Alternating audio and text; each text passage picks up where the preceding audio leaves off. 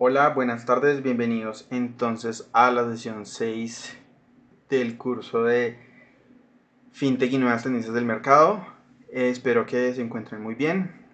Bueno, sobre los objetivos de la sesión de hoy, entonces el primero es comprender el concepto de criptografía, el segundo es conocer un poco más sobre el surgimiento del blockchain y también de su definición, y el cuarto dar un acercamiento al uso del blockchain, entre ellos los criptoactivos, las DeFi o finanzas descentralizadas y las DApps o aplicaciones descentralizadas.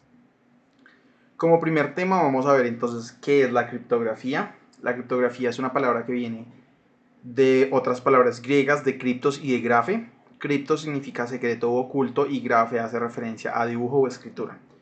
Podríamos decir entonces que la criptografía pues es la disciplina o la técnica de proteger la información a través de codificaciones o descifrados especiales con el objetivo de ocultar su significado a receptores no deseados, ¿cierto? La idea es que únicamente el receptor esperado pueda decodificar o descifrar el mensaje oculto. Entonces, si yo utilizo criptografía y le quiero dar un mensaje a alguien más, pero que nadie más puede hacerlo, entonces lo que voy a hacer es usar algún método de criptografía que solo el receptor va a saber y puede entonces descifrar el mensaje. Aquí vemos un claro ejemplo como para que tengan idea de qué sería. Obviamente esto es algo como muy simple de lo que sería una técnica criptográfica. En este caso, en esta técnica de criptografía se usaría entonces, en lugar de escribir cada letra, se usaría la letra siguiente. Entonces, si yo voy a escribir la A, no voy a escribir como tal la A, sino escribo la B. Si mi palabra original tiene la B, voy a escribir la C. Si mi palabra original tiene la C, voy a escribir la D. En el caso de criptografía, podemos ver que la primera letra es C. En este caso, entonces, no utilizamos la C, sino utilizamos la D para encriptar nuestro mensaje. Eso es más o menos como funciona, ¿cierto? Vamos a ver también en el caso de la letra G, que la letra que le sigue a la G es la H, entonces en lugar de la G voy a escribir la H y así entonces encripto mi mensaje. Esto es más o menos la idea que existe como detrás de la criptografía y pues este ejemplo es para que lo entiendan como un poco más. Siguiendo entonces con el tema de la criptografía, veremos entonces algunos métodos criptográficos que han sido famosos en la historia. El primero es una escitala. Una escitala como tal estaba conformada por dos varas, ¿cierto? O por dos tubos que tenían un grosor similar y tenían un papiro o un papel de cuero forrado alrededor. Entonces, ¿cuál era la idea de esto? Si ustedes se dan cuenta, la escitala tiene como tal unas letras. La idea es que si yo desenvuelvo ese papiro o ese papel de cuero alrededor y lo envuelvo, ¿cierto? En el otro tubo, recuerden que está formado por dos varas o dos tubos, en el otro tubo yo voy a tener entonces un mensaje, ¿sí? Como descifrar un mensaje. Claramente pues esta era una técnica como muy sencilla, digamos cualquier persona eh, ahorita pues con un poco de lógica y un poco de sentido pues podría desencriptar el mensaje, pero pues esto fue muy usado hace muchísimos siglos. Luego tenemos entonces el cifrado ADFGVX. ¿Por qué tiene este nombre? Porque como tal era una matriz de 6x6 que utilizaba estas letras A, D, F, G, V y X. Y la idea es que con estas letras, o sea, con una combinación de estas letras, yo podría sustituir cualquier letra o número. Aquí como podemos ver en la tabla, en el caso del número 4 podría ser sustituido por D y por V. En el caso del número 5 por la letra F y la letra X. En el caso de la letra X por la letra X y la letra V. Entonces, este fue también una técnica de criptografía que fue bastante famosa. Seguimos entonces con una de las máquinas pues eh, más famosas de hecho que han existido en términos de criptografía y es la máquina Enigma. Esta máquina Enigma fue desarrollada aproximadamente en 1920 y inicialmente tuvo un énfasis comercial, ¿sí? Pero después esta máquina, como ustedes la ven, fue adaptada para la Segunda Guerra Mundial, ¿cierto? Bueno, fue adaptada como tal para la guerra en la Alemania nazi y fue usada durante la Segunda Guerra Mundial. Si ustedes se dan cuenta, aparece una máquina de escribir, tiene como tal las teclas como si fuera una máquina de escribir, pero atrás ustedes se dan cuenta que tienen como unos rotores donde hay como unas cintas o como unas filas que tienen entonces las letras. Lo que hacía entonces esta máquina Enigma era tener como tal una técnica de encriptación diferente, ¿cierto? Era muy compleja. Y la idea es que si yo escribía, por ejemplo, una F, no me iba a salir pues la misma F, sino una de las letras que utilizaba esta técnica criptográfica. Entonces, esta máquina fue bastante usada, ¿cierto?, por Alemania durante la Segunda Guerra Mundial para enviar como tal mensajes a las tropas, a los escuadrones que se encontraban pues lejos del territorio. Esto le sirvió bastante a Alemania y esto de hecho representó una gran ventaja para la Alemania nazi. Pero gracias a los ingleses, los polacos y otros países europeos pudieron dar como tal con la manera en la cual funcionaba esta máquina, ¿sí? O sea, pudieron descifrar esa máquina. Y esto fue clave para derrotar a Alemania en la Segunda Guerra Mundial, ya que, claro, dejaban prácticamente a Alemania incomunicada con sus tropas, con sus escuadrones y pues con su ejército. Listo, ya que vimos algunos elementos pues de la criptografía, vimos qué es necesario entender que la criptografía es muy importante dentro del ecosistema blockchain, es decir, es uno de los pilares fundamentales en los cuales se encuentra basada este tipo de tecnología. ¿Por qué? Porque nos permite el funcionamiento como tal de la red, de este ecosistema. Esto garantiza como tal los mecanismos de consenso que veremos más adelante entre los usuarios y también la integridad del propio sistema, es decir, del blockchain. Existen varios tipos de criptografía en los cuales encontramos la asimétrica, simétrica e híbrida. Ahora vamos a hablar un poco entonces del origen del blockchain. El origen como tal de la cadena de bloques o del blockchain puede verse en los años 90 con dos físicos, Stuart Haber y W. Scott Scornetta. Ellos tenían como tal una cuestión y es que ellos estaban tratando de responder una pregunta y es cómo yo puedo mantener la información digital segura, inmutable, ¿cierto? Es decir, que no se pueda manipular, no se pueda cambiar y que no pueda ser manipulada por un agente externo. Entonces ellos empezaron a trabajar, ¿cierto?, en esta pregunta, de cómo podrían ellos dar una respuesta. Resulta que después de trabajar aproximadamente un año, ellos publicaron un artículo sobre la manera en la cual el uso de cadenas de bloques de información pueden utilizar técnicas de criptografía que vimos hace un rato, es decir, para mantener como tal la información secreta o oculta, y esto con el fin de mantener la integridad de la misma información, ¿cierto? Entonces, para el año de 1993 aparece un concepto muy importante, esto lo veremos un poco más en la siguiente clase, llamado el Proof of Work o prueba de trabajo. Esto tuvo como tal su origen en el aumento como tal del spam en el correo electrónico y en el mundo digital de manera general.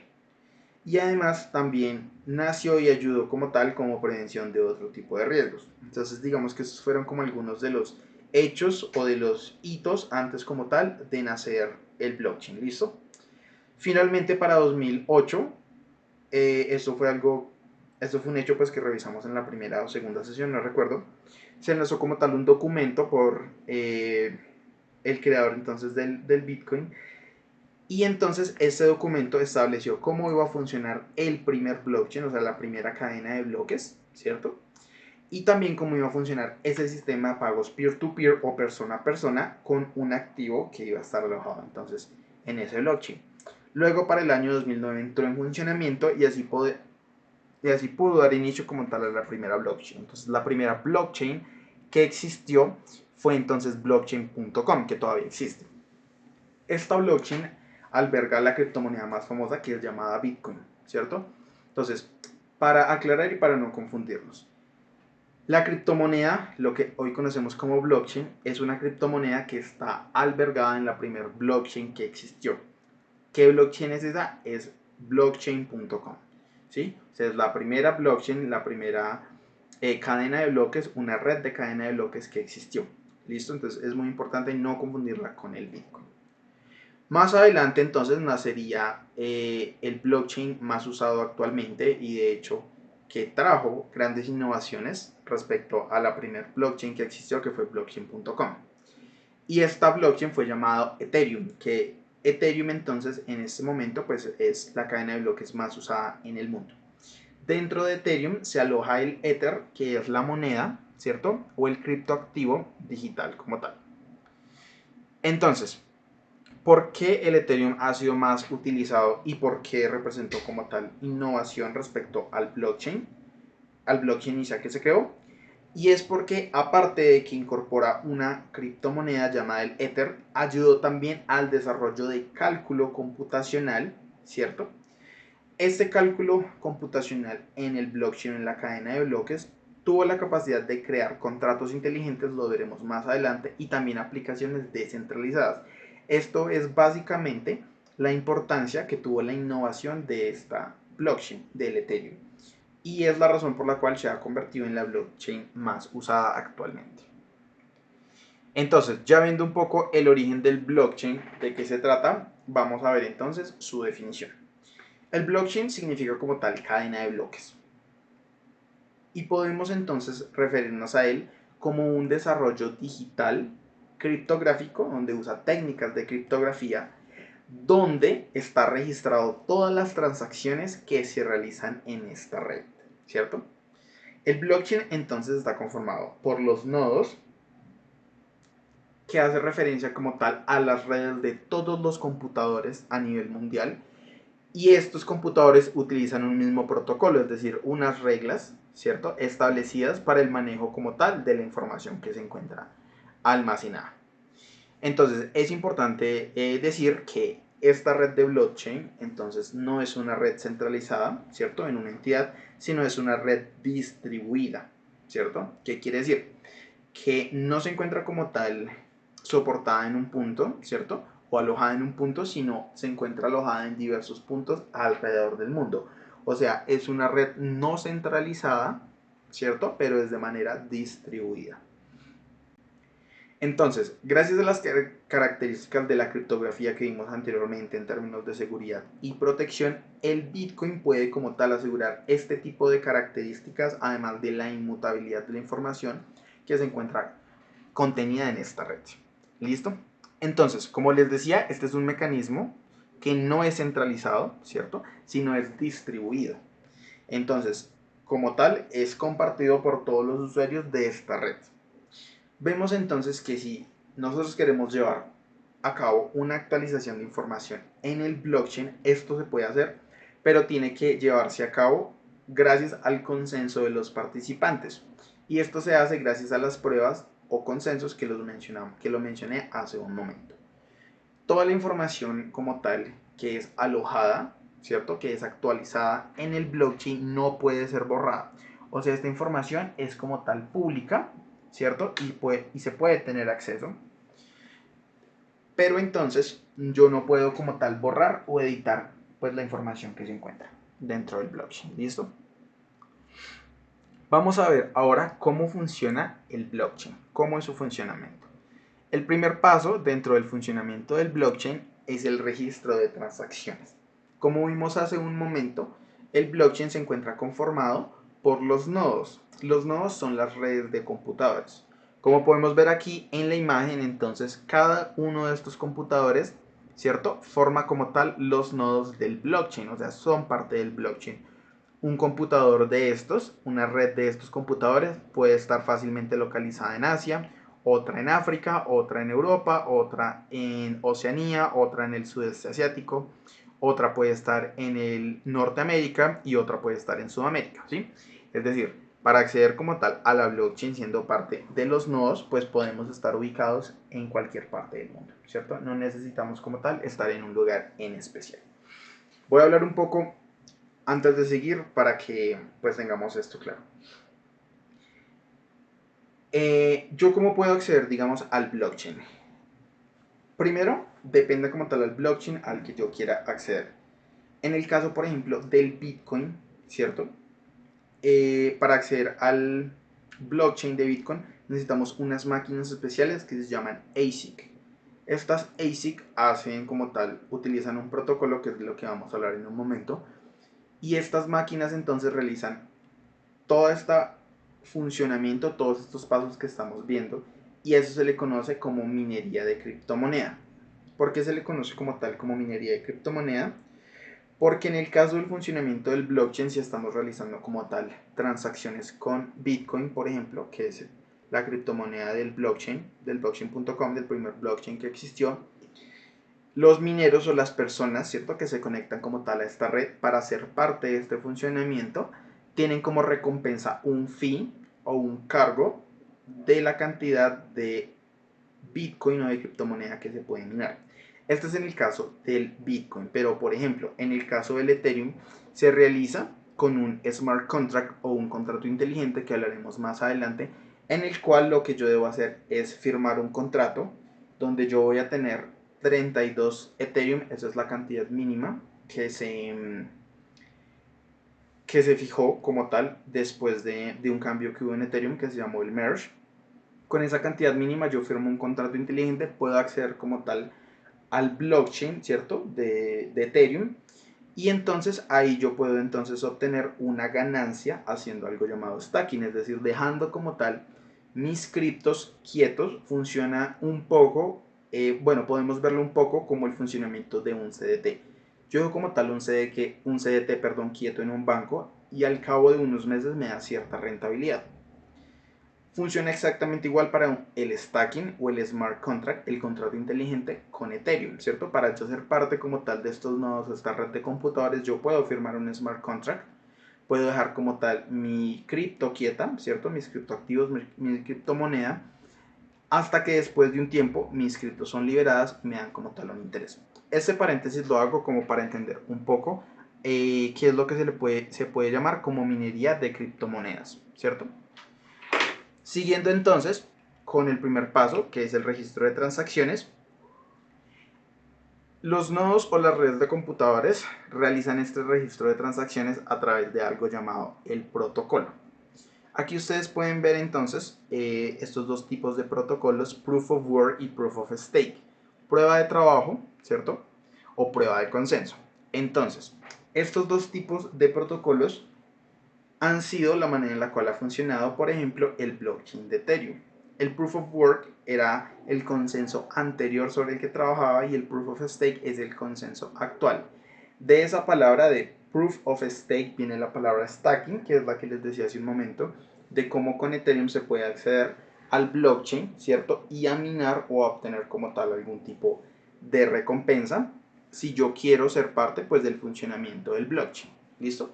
Entonces, un protocolo como tal es una serie de reglas, ¿cierto? Que se establece como tal. En el caso del Bitcoin y del Ethereum, a pesar de que son blockchain muy similares, tienen como tal ciertas diferencias. ¿Por qué? Porque no se conoce quién es el creador del Bitcoin, ¿cierto?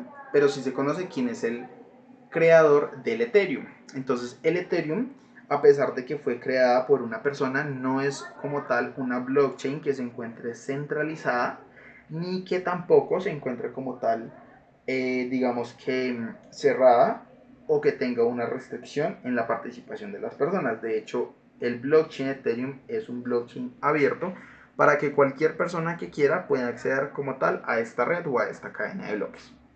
Siguiendo esto, el protocolo lo que hace o el objetivo que tiene es como tal asegurarse de que la resolución correcta de un problema matemático que utiliza criptografía fue realizado por un computador y únicamente ese, ¿cierto? ¿Qué quiere decir esto? Que le está dando es validez al computador o a la red que realizó como tal la resolución de ese problema criptográfico matemático, ¿cierto? Es decir, esa máquina fue la que lo hizo y no lo hizo ninguna otra máquina. Dentro de este proceso, ya después del paso 1 vamos al paso 2 y aquí vamos a introducir un término muy importante que es el hash. El hash lo podríamos ver como una función. Entonces supongamos que yo tengo un número cualquiera, vamos a suponer el número 2 y voy a suponer que el hash va a ser un f de x. F de x puede ser cualquier función. Una función cúbica, una función logarítmica, una función cuadrática. Vamos a suponer entonces que ese hash o ese f de x, esa función va a ser x al cuadrado. Si yo tengo en la entrada un 2, ¿cierto? Y ese 2 pasa por ese hash o por esa función y ese hash es x cuadrado, voy a obtener como salida 4. Este ejemplo lo pongo para entender un poco cómo funciona. la entrada de información, ¿cierto? En este paso, en el protocolo, recuerden que yo hago entonces aquí es solucionar un problema matemático. Pero ¿cómo entra esta información? ¿Cómo se soluciona? ¿Y cómo se encripta la información? A través del hash, a través de la función. Entonces lo que hace el hash es obtener como tal en la entrada esa información, pasarla a través del hash o de la función y darle una salida, ¿cierto? Que se encuentre encriptada. Todo esto para proteger y asegurar la validez de la transacción. Así es como funciona entonces el hash. Pero ¿qué tiene que ver todo esto con la creación de un bloque o de cadenas de bloques? Vamos a verlo entonces. ¿Cómo se crea entonces un bloque? Aquí tenemos tres bloques. En la parte izquierda tenemos un bloque que tiene entonces pues unas definiciones. Tiene el hash anterior, el hash propio, el nonce, el timestamp y las transacciones. Este proceso que acabamos de ver, que nos da como tal una salida de información encriptada, vamos a llamarlo el hash anterior. Entonces, en este momento, si yo quiero crear un bloque, ese bloque, ¿qué información va a tener? Va a tener la información del hash anterior, ¿cierto? Es decir, este hash, esta prueba que acabo de pasar, que entra la información, pasa por una función, sale de manera encriptada. Va a tener ese hash. También va a tener un hash propio, es decir, se va a realizar como tal este mismo proceso, ¿cierto? Con la nueva información que está entrando, como es el caso de la información de salida. Entonces, aquí vamos a tener entonces una nueva función. ¿Y por qué tenemos una nueva función? Porque recordemos entonces, o bueno, pues algo que no he explicado, es que los bloques que se originan son diferentes. No existe como tal un bloque que tenga exactamente la misma información.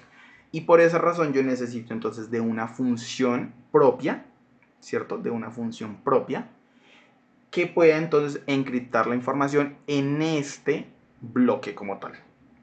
Luego tenemos el nonce, que el nonce es un número aleatorio y al igual que el hash propio es único, ¿cierto? Solo le pertenece a este bloque y digamos que se otorga para identificar como tal el bloque. Y finalmente el timestamp, que hace referencia a una estampa de tiempo o a la fecha y hora en la cual se creó entonces el bloque. Este bloque entonces lleva una información de transacciones. Aquí yo ya he creado un bloque, recordemos de nuevo entonces. Funciona con nodos de redes de computadores, funciona con unas reglas establecidas y unas pruebas de consenso como el proof of work y el proof of stake para poder solucionar un problema matemático. La información que recibe el bloque, ¿cierto? Pasa a través de un hash o una función donde encripta como tal los datos que está recibiendo. Para crear un nuevo bloque debe tener la información del hash anterior, del hash propio, el nonce, un número único, y la estampa del tiempo, además de la información de las transacciones de manera codificada. Aquí entonces ya habremos creado un bloque. Si yo quiero crear otro bloque a partir de este bloque, como es el caso del bloque de la mitad, yo voy a utilizar entonces el hash anterior, ¿cierto? Que va a hacer referencia al hash propio del primer bloque y así sucesivamente. Cuando aquí se realice entonces un nuevo bloque, la información del hash, ¿cierto? Del bloque número 2 va a pasar a ser la información hash anterior del nuevo bloque o del bloque número 3. Y así como tal se crea un bloque. El siguiente paso es la verificación de las transacciones. Entonces, en los nodos o en las redes de computación, de computadores, se evalúa como tal todo el registro de las transacciones. ¿Para qué se realiza como tal todo este proceso? Para determinar si es una transacción válida, ¿cierto? Entonces, cuando el 51% de los nodos de los computadores o de las máquinas que se encuentran conectadas al blockchain aprueban esta transacción, es decir, verifican la transacción, ya se puede considerar que esta transacción ha sido verificada, o sea, que es una transacción válida, que es una transacción real y que se puede continuar. El último paso entonces es el paso de la transacción, que literalmente es crear como tal la transacción. Luego de validar o de verificar esta transacción, ¿cierto? El bloque que fue creado en el paso 2 es añadido a las cadenas de bloques iniciales. Entonces vamos a suponer que este fue el bloque que nosotros creamos. Estos símbolos acá significa que se encuentran enlazados, son cadenas de bloques unidas, ¿cierto? Y entonces este bloque va a ser parte ahora de la cadena de bloques. Como veíamos anteriormente, se puede hacer actualizaciones en las cadenas de bloques, como es este caso, actualización por ejemplo de transacciones y detalles de estas, después de que sean entonces verificadas por el 51% de los nodos al menos, es decir, la mitad más uno. Luego este bloque pasa a ser parte entonces de los bloques originales o de la cadena de bloque original y podemos ver entonces que se da por finalizada la transacción. Cuando hablamos de transacción podemos pensar a qué hace referencia. Todo este proceso que les expliqué del funcionamiento del registro, de la creación del bloque, de la verificación y de la transacción, siempre funciona para cualquier tipo de transacción. Digamos que si yo tengo, por ejemplo, criptos en una wallet y yo le quiero transferir a alguien más, dentro del blockchain tiene que ocurrir estos 4 pasos, ¿cierto? Para finalmente crear un nuevo bloque con información y que entonces la transacción se dé por finalizada. Vamos a explicarlo entonces con un ejemplo. Digamos que yo quiero, empecemos aquí, digamos que yo quiero enviarle entonces, como decía, Ethereum a alguien. En ese caso, ¿qué voy a hacer entonces? Voy a hacer el blockchain va a hacer un registro de la transacción. Yo voy entonces a tomar, por ejemplo, una aplicación y voy a decirle enviar un Ethereum a otra persona. El blockchain va a hacer entonces el registro de transacciones, pasa por los nodos, redes de computadoras, los protocolos, la información pasa a través del hash, queda encriptada, se crea un nuevo bloque a la espera, ¿cierto?, de ser enlazado, de ser añadido a la cadena de bloques originales. Dentro del blockchain se realiza como tal la verificación después de que la mitad más uno de los nodos aprueben esta transacción, se considera entonces verificada. El bloque va a ser parte de los bloques originales y cuando eso pase la transacción se da por finalizada, es decir, en este paso la otra persona va a recibir la criptomoneda. Esa es como más o menos la manera en la cual funciona el blockchain y como les decía, pues les acabo de dar un ejemplo de cómo funciona una transacción pues en el blockchain, ¿listo? Vamos a ver entonces ahora los tipos de blockchain. El blockchain o la cadena de bloques como desarrollo, ¿cierto? Tiene varias maneras, digamos, de verse o de funcionar. Entonces, existe la pública, la privada y la híbrida. Y vamos a ver a qué hace referencia cada una. El primer blockchain que surgió, que fue el blockchain.com, donde se aloja el Bitcoin, fue como tal un blockchain público. El blockchain del Ethereum, donde se aloja el Ether, la criptomoneda, también es un blockchain público, a pesar de que fue creado por Vitalik Buterin, que fue pues la persona que creó como tal esta blockchain. Como tal, el blockchain público, entonces hace referencia, como su nombre lo dice, al acceso que puede tener por cualquier persona desde Internet. Cualquier persona que se conecte al Internet a una red puede como tal acceder pues a una blockchain pública. En ese caso pues los que encontramos son la blockchain de Ethereum, la blockchain de Bitcoin, de Dash, de Monero o de Zcash. Son como las blockchain públicas más conocidas, las que alojan este tipo pues de criptomonedas. Luego vamos entonces con los tipos de blockchain privadas.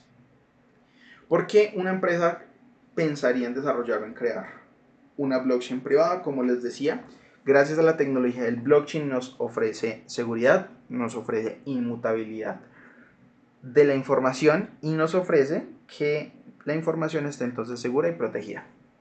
Gracias a esto entonces varias empresas privadas empezaron a desarrollar como tal un blockchain o una red de cadena de bloques que fuera como tal dependiente de una entidad central, es decir, de esta empresa privada. La idea es que esta blockchain no fuera de acceso público para cualquier persona, sino que tuviera restricción, es decir, las personas que trabajan como tal para esta empresa o cualquier otro tipo de tercero que pueda utilizar el blockchain en favor de la empresa tendría como tal acceso. Aquí hay algo también muy, digamos, muy llamativo para tenerlo en cuenta, y es que en este tipo de blockchain no se hacen usualmente transacciones con criptomonedas, porque la idea es poder utilizar la tecnología, ¿cierto? Para la protección y seguridad de la información. Entonces, pues digamos que transar con criptomonedas no es como tal un objetivo pues de una empresa privada que haya hecho un desarrollo de un blockchain privado, pues por la misma razón, ¿cierto? Porque lo que quieren hacer es usar la tecnología para la seguridad de esta información. Vamos entonces con la blockchain híbrida. Y este tipo de blockchain entonces, como su nombre lo dice, pues toma elementos de una y elementos de otra, de la pública y de la privada. Un claro ejemplo es lo que pueden hacer los gobiernos o algunas empresas estatales, también algunas organizaciones, en términos de mantener la transparencia y la confianza. Entonces, la participación como tal de las personas o de los agentes en la red es privada, es decir, que no cualquier persona puede acceder. Pero el registro de estas transacciones es pública. ¿Qué quiere decir? Que si existe como tal, digamos, en un país, alguna empresa que quiera hacer algún tipo de auditoría a esta empresa o al gobierno como tal, se puede hacer porque el registro de las transacciones es público. Entonces, esta es como tal la importancia de la blockchain híbrida. ¿Listo? Bueno, yo también les voy a poner entonces esta semana una lectura sobre unos conceptos para que tengamos como un poco más claro. Igual el miércoles vamos a ver entonces, vamos a hacer entonces un repaso de algunos conceptos que vimos acá como para que nos queden un poco claros. Entonces, vamos a hablar ahora de los criptoactivos. Los criptoactivos, muchas personas hablan de los criptoactivos y de las criptomonedas como si fuera lo mismo. Esto depende pues mucho de la persona. Esto depende también mucho pues de la definición de donde ustedes lo vean, pero de manera general el criptoactivo es como la palabra que embarca o que de pronto es como la palabra general del resto de activos que se pueden generar en el blockchain. Entonces, ¿qué es un criptoactivo? Es una unidad digital, ¿cierto? Que puede ser entonces emitidas por agentes privados. Aquí una corrección, puede ser entonces emitida por agentes privados o también públicos, ¿cierto? Que puede estar expresadas en su propia unidad de cuenta, que también pueden ser adquiridas, preservadas y transferidas de forma electrónica en la cadena de bloques. Entonces, los criptoactivos aparecieron hace un poco más de una década, ¿cierto? La intención como tal de esos criptoactivos es que el control, ¿cierto?, de su registro se realice de forma distribuida y también es que se conviertan en una alternativa a las monedas y divisas tradicionales y también al sistema financiero actual. Esto es algo pues que hemos hablado. Vamos a hablar entonces de los tipos de criptoactivos. El criptoactivo más conocido son las criptomonedas o las criptodivisas. Este es un activo digital peer-to-peer, ¿cierto? Pago de persona a persona, que es completamente digital. Es decir, no existe como tal no existe de manera digital estas criptomonedas de manera física. Eso me recuerda mucho a una estafa que hubo en Estados Unidos hace un par de años, no sé, unos 6, 7, 8 años más o menos, donde la gente vendía entonces en marketplaces, así como, no sé, como Amazon o algo así, vendían un Bitcoin. Y no sé, en ese momento el Bitcoin, digamos que valía $1000. Y claro, mucha gente no sabía bien cómo era un Bitcoin, cómo se almacenaba un Bitcoin. Y entonces, por ejemplo, en los anuncios ponían que el Bitcoin iba a ser una moneda física, así como la vemos. ¿Sí? Y entonces, claro, mucha gente compraba esa moneda física pensando que eso iba a representar un Bitcoin. Pero claro, el Bitcoin es algo digital. Entonces muchas personas resultaban estafadas porque esto no existe. Eso es como tal una representación virtual, ¿cierto? De lo que puede ser pues una criptomoneda, pero siempre funcionan de manera 100% digital. ¿Qué ventajas tienen entonces las criptomonedas? Uno, que disminuyen los costos de transacción y también que tienen una alta velocidad, ¿cierto? Para ser transferidas. Recordemos entonces que todas las transacciones y el registro de estas criptomonedas se encuentran dentro del ecosistema del blockchain y lo mismo, comparten las mismas características del ambiente entonces del blockchain, lo referente a seguridad, transparencia y privacidad. Aquí vamos a ver entonces el top 10 de criptoactivos por capitalización de mercado. El primero es el Bitcoin, que pues fue la primera criptomoneda que surgió, ¿cierto? Como pues ya saben, nació entonces en el 2000, bueno, entró en funcionamiento en el 2009, pero como tal nació en el 2008. Luego está el Ethereum, que nació y entró en funcionamiento en el 2014. Luego tenemos el Tether, luego tenemos el BNB, que es la moneda de Binance. Binance es el exchange o el mercado de intercambio de criptomonedas más grande del mundo, entonces ellos tienen su propia criptomoneda. Luego tenemos el USD Coin o moneda del dólar. Luego tenemos el Ripple. Tenemos luego el Binance USD, que también es expedido, es creado por Binance. Tenemos luego el Dogecoin, que como muchos saben, pues es una moneda que surgió por este perro, ¿cierto? Que se convirtió en un meme y se volvió una criptomoneda. Luego tenemos Cardano y por último tenemos a Polygon. Entonces, ustedes pueden ver aquí el top 10 de criptoactivos, como les decía, por capitalización de mercado. Entre paréntesis se encuentra como tal, digamos que el símbolo de la cripto, ¿sí? Entonces, ustedes se dan cuenta que hay unas criptos que están escritas en blanco y unas criptos que están escritas en amarillo. Las cripto que están escritas en amarillo son llamadas stablecoins y en un momento veremos qué son. Aquí tenemos entonces los 10 principales criptoactivos, ¿cierto? Que son como tal más, que tienen la mayor capitalización a nivel mundial. Algo muy importante de las criptomonedas y algo que ustedes han escuchado es que tienen una característica particular y es que las criptomonedas o bueno el precio de estos criptoactivos es muy volátil. ¿Qué quiere decir eso? Que el cambio del precio, ¿cierto? Puede variar, el precio puede variar muchísimo. O sea, los cambios de precio pueden ser altos en comparación con un activo financiero tradicional. Entonces, con el paso de los años, las criptomonedas han estado cada vez más ligadas al sistema financiero, aunque sean descentralizadas, aunque no tengan como tal una regulación de un Estado, de un banco central o de un gobierno.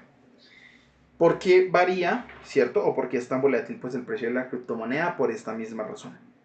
Gracias a que no tiene como tal algún tipo de regulación por ninguna entidad, gracias a que también no tiene entonces unas reglas establecidas para funcionar como tal, unas reglas establecidas por alguna entidad para funcionar en los países, es relativamente fácil entrar al mercado pues, de las criptomonedas. Yo fácilmente puedo descargar un exchange, sea Binance, sea Pandas, sea Buda, y puedo comprar criptomonedas y tenerlas en mi wallet. Entonces, ¿qué significa eso? Que los capitales pueden entrar y salir de manera rápida a este mercado. De manera mucho más rápida que el mercado de renta variable con acciones o de renta fija con bonos o con CDTs, ¿cierto? Esta como tal, es la principal razón por la cual el precio de las criptomonedas varía tanto, ¿cierto? Esta es la principal razón, pues para que lo tengamos presente sobre las criptomonedas. Un claro ejemplo de lo que les mencionaba ahorita, de que las criptomonedas se encuentran muy ligadas al sistema financiero tradicional, a pesar de que no son emitidas por ninguna entidad financiera ni nada de esto. Resulta que las criptomonedas empiezan a verse como tal envueltas en esa dinámica financiera. Y vamos a poner entonces el ejemplo de la pandemia y de todo lo que pasó. Ustedes saben que con la pandemia, con las cuarentenas, las restricciones de movilidad, a muchos nos tocó, bueno, a casi todo el mundo le tocó trabajar desde su casa, no se podía mover ni nada. Hace unos días veíamos entonces que las fintech, ¿cierto? Por ejemplo, de pagos, de préstamos, de créditos digitales, se fortalecieron por esta misma razón, porque yo ya no podía ver a alguien para darle dinero, yo no podía ir hasta un lugar para solicitar un crédito, sino que tenía que hacerlo de manera digital. Con todo esto que pasó, estas fluctuaciones en el mercado, con todos estos hechos en el mercado, vemos entonces que las criptomonedas empezaron a tener un valor especial. Es decir, muchísimos capitales empezaron a irse a las criptomonedas porque era una manera fácil de transferir como tal dinero, ¿cierto? Yo compraba la cripto, se la transfiero a alguien, tiene un bajo costo de transacción y pues es rápida. ¿Qué pasó entonces? Que las criptomonedas empezaron a subir de valor muchísimo y el Bitcoin alcanzó pues un récord en su precio que fue aproximadamente $60,000 y el Ethereum alcanzó los $4,800. Esto como tal fue una tendencia de manera regular, una tendencia de la mayoría de criptomonedas. Después de que terminaron como tal las cuarentenas, las restricciones de movilidad, restricciones económicas, la economía entonces empezó a abrirse de nuevo y con esto entonces empezó una reactivación. Después de todo esto, vino la crisis de los contenedores, vino entonces gracias a la crisis de los contenedores, empezaron entonces a aumentar como tal los precios y la inflación empezó a aumentar. Luego situaciones como la guerra de Rusia y Ucrania terminó como tal de afectar el aumento de precios y ahorita entonces nos vemos como tal sumergidos en una situación de incertidumbre donde al parecer existirá una recesión económica. ¿Qué pasa entonces con todo esto? Que las criptomonedas en un par de meses aumentaron su valor rápidamente, pero también su valor cayó, ¿cierto? De manera muy rápida. Y esto se explica por lo que les decía. A pesar de que las criptomonedas, lo digo de nuevo, no se encuentran ni emitidas ni reguladas por ninguna entidad financiera, sí empiezan a ser parte de las dinámicas del mercado. Entonces, claro, como nos encontramos en una situación de incertidumbre, muchísimos capitales con alto riesgo empiezan a irse a activos financieros que quizás tengan un menor riesgo, así tengan una menor rentabilidad. Por supuesto, nos encontramos entonces en una situación de incertidumbre que no sabemos qué va a pasar y yo prefiero asegurar las ganancias que tengo, ¿sí? Que arriesgarme y perder todo. Esta es la razón por la cual las criptomonedas desde hace un par de meses han tenido entonces un bajón o una disminución de precios pues increíble, ¿sí? Todo esto también explicado un poco por la volatilidad que les hablaba hace un rato. Bueno, sigamos entonces. Yo les decía entonces que aquí existen unas criptomonedas en amarillo, el Tether, el USD Coin y el Binance USD, que se llaman stablecoins. Como les decía, las criptomonedas de manera general tienen una característica y es su volatilidad, es decir, su gran capacidad para cambiar de precio de manera rápida. Las stablecoins o monedas estables son criptomonedas que fueron creadas con la finalidad de que el precio no varíe de la misma manera en que varían las criptomonedas tradicionales, ¿cierto? Estas stablecoins tienen como tal una relación de resguardo o de respaldo con otro tipo de activos financieros, como monedas, divisas, materias primas, incluso en otro tipo de criptoactivos, ¿cierto? Entonces, esto es como un poco contraproducente porque, claro, las criptomonedas como tal tienen pues el valor en el mercado, en las relaciones de oferta y demanda, pero estas stablecoins se salen entonces un poco de esta relación, ¿sí? Y lo que hacen es entonces como salvaguardar el valor que tienen. Entonces, en el caso, volvamos aquí, del Tether, el USD Coin y el Binance USD, el valor de estas monedas es $1, ¿cierto? Entonces, si existe como tal 1000 monedas, digamos del Tether, significa que existirá como tal, quien creó esta criptomoneda tendrá en respaldo $1000, ya sea en algún tipo de divisa, en materias primas, en algún tipo de commodity como puede ser el oro o en otro tipo de criptomonedas y funciona exactamente igual para todas. Es decir, estas criptos tienen como tal un respaldo en otro tipo de activos y la idea de esto es pues disminuir un poco la variación como tal de su precio. Otro tipo de criptoactivos muy conocidos son los NFTs. NFT significa Non-Fungible Token o token no fungible. Entonces, los NFT como tal son títulos de propiedad digital que se encuentran en el blockchain. ¿Qué significa esto? Significa que yo tengo como tal un activo de carácter únicamente digital, ¿cierto? Un token. No fungibles hace como tal referencia a los bienes que no pueden ser intercambiados por otros activos o otros tipos de bienes idénticos. ¿Qué quiere decir? Digamos que yo tengo un NFT. Ese NFT es único e irrepetible. ¿Qué quiere decir eso? Que no existe ningún otro NFT igual, ¿cierto? Si yo lo cambio con alguien, es porque le estoy dando un valor o un precio a ese NFT.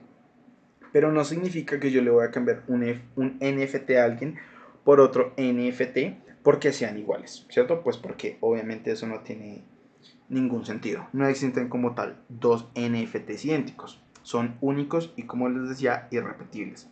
el valor que se les da a los NFT se encuentra como tal vinculado, pues, digamos, al valor sentimental o al valor que le pueda dar el mercado. Además, estos NFTs o estos títulos de propiedad digital, ¿cierto? Se han visto como obras de arte digitales, ¿cierto? Es decir, obras como tal que no se pueden adquirir, no se pueden de pronto exponer en algún museo, sino solo pueden estar expuestas de manera digital. ¿Por qué los NFT han tenido como tanta importancia, ¿cierto? ¿Por qué se ha hablado tanto, por qué se han popularizado tanto en el último tiempo? Es que al ser activos únicos, que no existe otro igual, ¿cierto? Pueden tender a aumentar su valor o su precio con el tiempo. Esta es una característica importante de los NFT y de por qué son tan famosos, ¿sí? Vamos a ver entonces digamos, los dos principales tipos de NFT que surgieron. El primero son los CryptoPunks. Tienen una colección aproximadamente de 10.000 NFTs. Ninguno es parecido al otro. Esos NFTs, uno los puede ver y decir, ok, esto es un título digital, ¿cierto? De una de estas obras. Entonces, se encuentran como tal diseñados en 24 bits.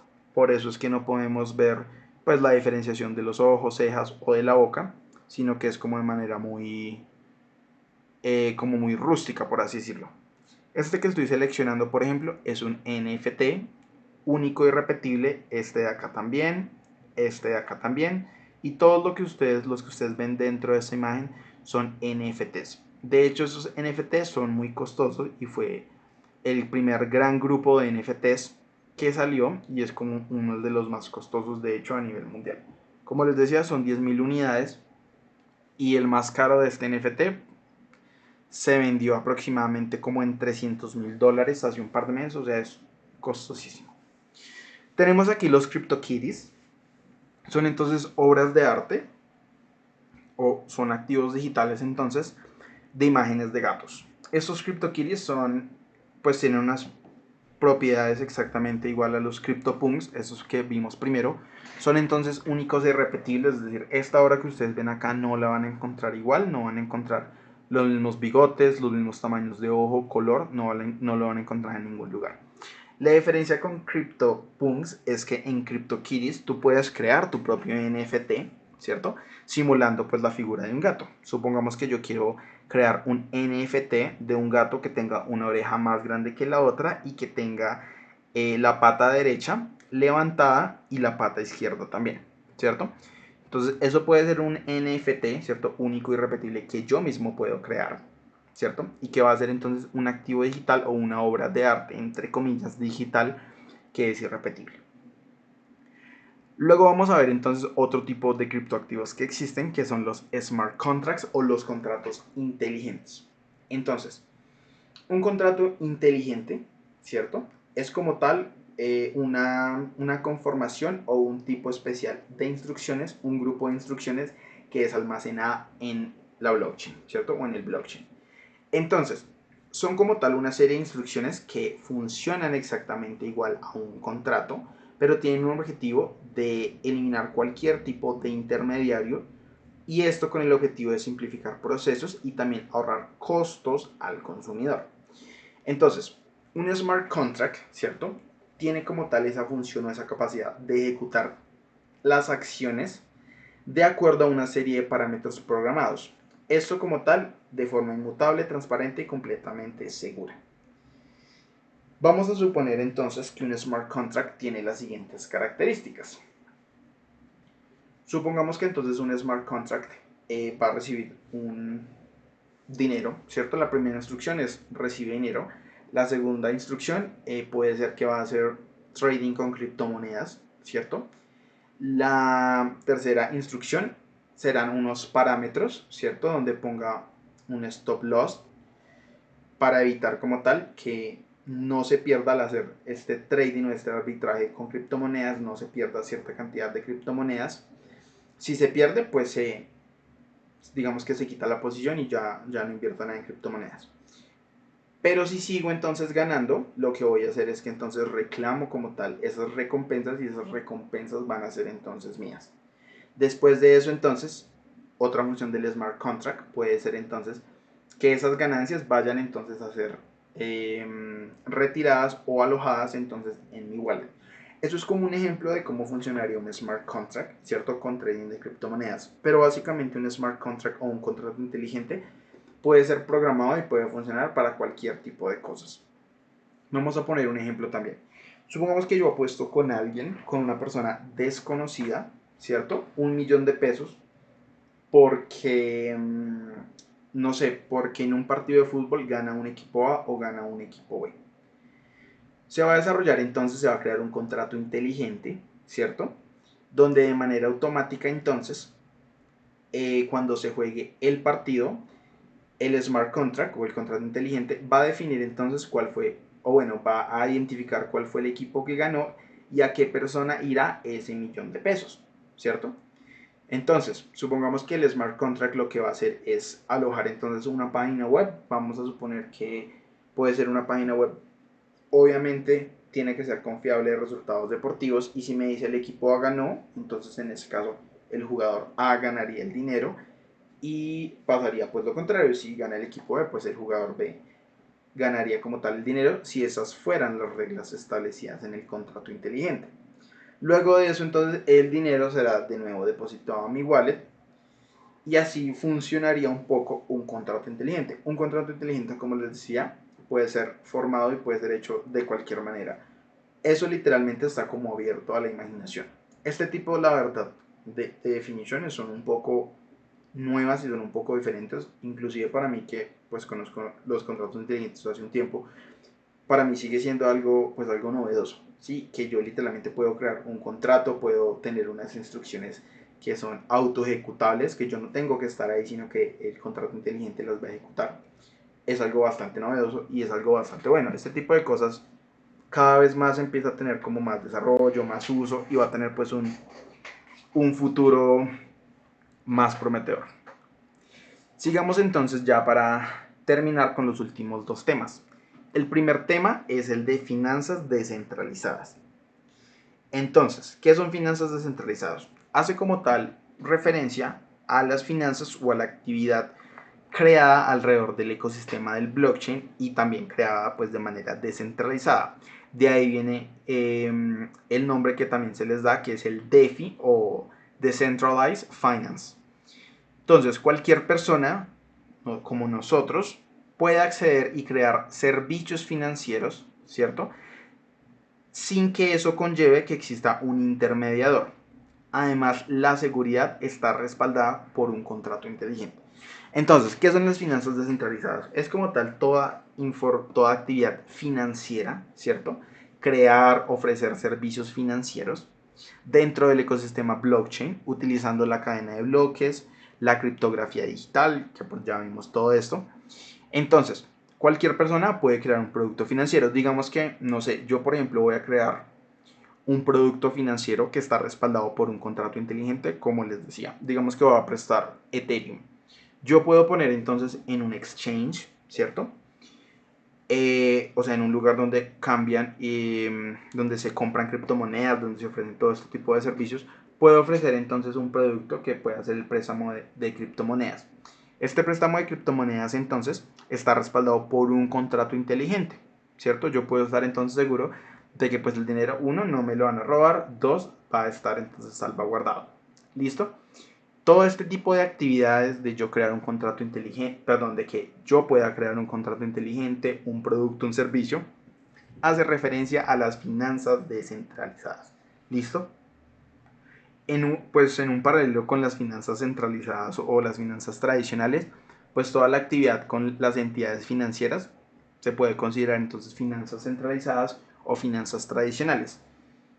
Y en el caso de la descentralizada es todo lo que tiene que ver entonces con las actividades que utilizan entonces el blockchain o la cadena de bloques, listo, para funcionar. Y por último vamos a ver también entonces que las finanzas descentralizadas pueden representar un avance en términos de inclusión financiera. Si miramos como tal el blockchain desde que nació, este puede ser considerado inclusive el primer servicio de las finanzas descentralizadas, porque yo pude como tal hacer transacciones, intercambiar, cambiar Bitcoin, enviar, recibir. Entonces claramente este fue uno de los primeros servicios de las finanzas descentralizadas. En ese momento cuando apareció pues la primer blockchain, que fue blockchain.com, y pues su criptomoneda, que fue el Bitcoin, no existían como tal contratos inteligentes. Esto fue algo novedoso que se los mencioné hace un momento del blockchain Ethereum, ¿cierto? Gracias a esto, a la creación de contratos inteligentes, hubo como tal un auge de las finanzas descentralizadas. Pero también a mediados de 2020, con la llegada de la pandemia, las finanzas descentralizadas empezaron a tener un auge pues impresionante, ¿sí? Inclusive se habla de un crecimiento de forma exponencial, donde se crearon como tal sistemas de préstamos, mercados y exchange descentralizados. Cabe decir que esto es un concepto bastante nuevo, ¿sí? Lo de finanzas centralizadas quizás nadie lo ha escuchado, pero es algo que poco a poco va a empezar a tomar terreno dentro del mercado financiero tradicional. Y finalmente vamos a ver los DApps, ¿cierto? O DApps, que son conocidas como aplicaciones descentralizadas. Entonces, es como tal una aplicación que funciona pues en la red del blockchain, ¿cierto? Guarda también entonces el mismo tipo de características como la seguridad, es código abierto, es decir, cualquier persona puede acceder a ella. Para ponerles un ejemplo, es como R, como Python, cualquier persona puede descargarlo y acceder a ello. Y también hace uso de los contratos inteligentes. Eso es uno de los beneficios de las aplicaciones descentralizadas. Al igual que con las finanzas descentralizadas, ha ganado popularidad últimamente, pero también presenta muchas oportunidades de mejora en términos de hardware, de complejidad, de acceso e integración de funcionalidades que ya existen en aplicaciones pues centralizadas, ¿sí? En cualquier otra aplicación que tenemos, por ejemplo, en nuestro celular. Este campo como tal tiene pues mucho potencial de aquí a un futuro, ¿cierto? Tiene entonces mucho potencial y pues esperemos con el paso de los años cómo evoluciona este tipo pues de finanzas y aplicaciones. Muchas gracias entonces por ver este video. Esta clase traté de hacerla más corta porque pues yo entiendo que puede ser tedioso ver 2 horas de una clase, entonces traté de hacerla de 1 hora o menos. Recuerden seguirnos en nuestras redes sociales y nos vemos en la próxima clase. Hasta luego.